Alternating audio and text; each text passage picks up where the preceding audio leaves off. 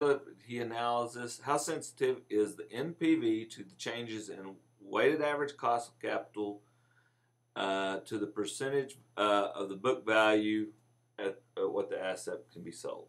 Okay, so you need to set up a table like this, and you can put percentages for your weighted average cost of capital. Remember, our weighted average cost of capital is 12.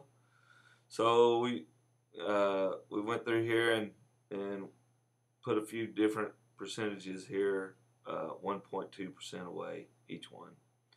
You can do it however you want to. You can do it 1% away, whatever. Percent the assets sold. Remember, we're selling it at 90%, and we're looking at different scenarios to selling it higher than the asset of book sales or lower. Okay, so here's how you do it. You set up a chart just like this, and you put these different percentages in just like this. Since sold assets as sold as percentage of sales and weighted average cost of capital. Okay, here in this box here, you put equal. And you want to know how sensitive the NPV. So we're looking at how sensitive this expected NPV is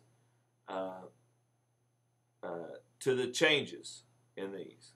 Okay, so put in that cell and hit enter. Okay, now you go here and you highlight this whole from here all the way over. So you highlight all this. Now you come up to your data tab and you go to what if analysis, data table.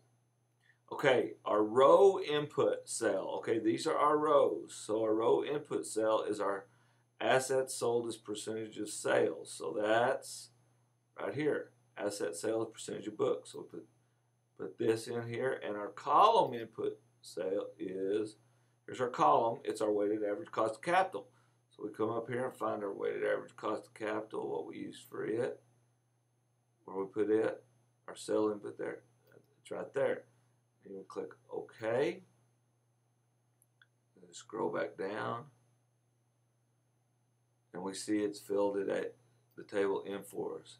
So now we can look at this and say, okay, if I sell my assets for 63%